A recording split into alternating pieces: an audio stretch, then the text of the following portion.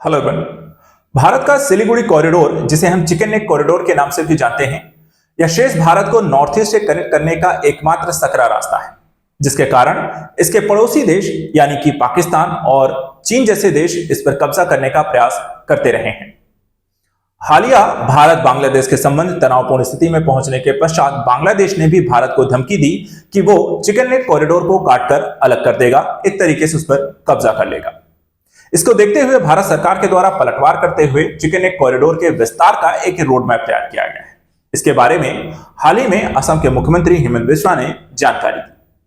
आज हम यहां पर इस वीडियो के माध्यम से चिकन नेक कॉरिडोर के रणनीतिक महत्व और सामरिक स्थिति के बारे में पता करेंगे। चीन, पाकिस्तान और बांग्लादेश जैसे देशों से अपनी सुरक्षा को निहितार्थों को देखते हुए भारत सरकार का यह प्लान कितना कारगर है और इससे संबंधित मुद्दों को एनालिसिस करेंगे। तो चलिए आइए समझते हैं चिकन नेक कॉरिडोर से जुड़ा हुआ यह मुद्दा और बांग्लादेश इसे किस तरीके से काटकर अलग करने का प्लान बना रहा है। हाल ही में दो न्यूज आपको देखने को मिलती हैं। एक तरफ जहां पर बंगाल की आजादी, दिल्ली में इस्लामिक झंडा और बांग्लादेशी एक आतंकी ने भारत को चिकन नेक कॉरिडोर को काटकर अलग कर देने की धमकी दी थी। ये आतंकवादी जो है रहमानी है, जो भारत को बांटने दिल्ली में इस्लामिक झंडा फहराने की बात करता है और साथ ही ये अलकायदा से जुड़ा हुआ है।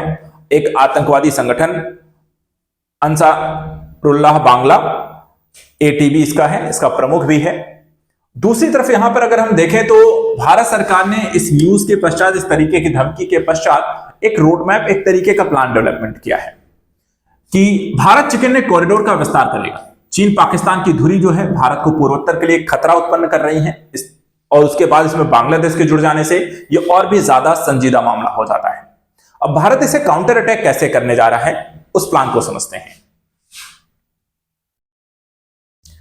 देखिए, चिकन नेक कॉरिडोर को लेकर के जो जानकारी है या किस तरीके से भारत इसे काउंटर अटैक करेगा, असम के मुख्यमंत्री हेमंत बिस्वा शर्मा ने सिलीगुड़ी कॉरिडोर, जिसे आमतौर पर चिकन नेक के रूप में जाना जाता है, कि खतरों को बेअसर करने के लिए मोदी सरकार की एक रणनीतिक योजना की पुष्टि की, यानी कि सरकार इस पर ऑलरेडी काम कर रही है और पूर्वोत्तर को शेष भारत से क्योंकि जोड़ने का एकमात्र रास्ता है, जिस पर इसके कारण भारत को और भी बेहतर तरीके से पर अपने पकड़ को मजबूत बनाना होगा।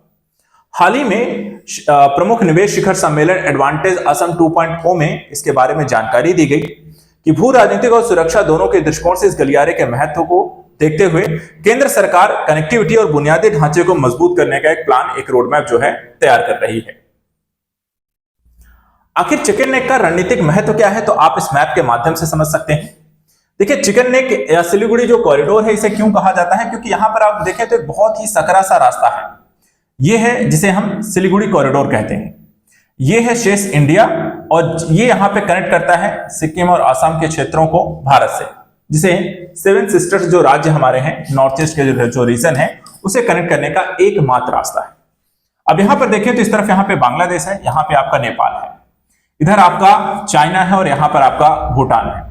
तो ये जो देश है यहाँ पर भारत को कनेक्ट करने के, यानी कि अगर इस पर कब्जा करने का प्रयास करते हैं तो भारत के लिए समस्या हो जाएगी अपने पूरे नॉर्थ ईस्ट के रीजन को सुरक्षित बनाए रखने के लिए। जो एकमात्र रास्ता है वो है आपका चिकन नेक कॉरिडोर। अब इसको लेकर के देखें तो भारत सरकार का ये जो रास्ता है करीब 22 किलोमीटर का लंबा रास्ता है और एकमात्र, जैसे मैंने बताया, कि एक स्थलीय मार्ग है जो कि भारत को कनेक्ट करने का काम करता है। अब भौगोलिक क्योंकि कमजोरी है भारत की और गलियारा बहुत सकरा है और इसलिए खतरे भी ज्यादा हैं। कई राष्ट्र विरोधी ताकतें लगातार इसका प्रयास करती रहती हैं, चाहे वो चीन हो, बांग्लादेश हो, नेपाल हो, भूटान है। क्षेत्र की निकटता भारत की राष्ट्रीय सुरक्षा के लिए यहाँ पे लगातार बड़ा खतरा रहता है, यानी कि भारत अगर अपने पड़ोसी देश से उसके संबंध अच्छे नहीं है तो यहाँ पर किसी भी तरीके की घटना को अंजाम देने के लिए ये प्रयास कर सकते हैं। इसमें चीन और पाकिस्तान सबसे बड़े यहां पर देखा जाए तो देश रहे हैं जो लगातार प्रयास करते रहे हैं और बांग्लादेश के इसमें शामिल हो जाने से उनके पास और भी बड़ा मौका बनता है। अब देखा जाए तो इस क्षेत्र में कई सारी समस्याएं भी हैं। पूर्वोत्तर के क्षेत्र में हम देखें तो आतंकवादी गतिविधियां हैं, उग्रवाद, अलगाववाद को यहां पर पाकिस्तान और चाइना के द्वारा लगातार बढ़ावा दिया जाता रहा है। हाल ही में देखा जाए तो म्यांमार में अस्थिरता और उसके बाद बांग्लादेश में अस्थिरता के कारण ये भारत के लिए और भी बड़ी चुनौती बन जाती है। बांग्लादेश और नेपाल सीमा पार से लगातार घुसपैठ की समस्या हमें देखने को मिलती हैं।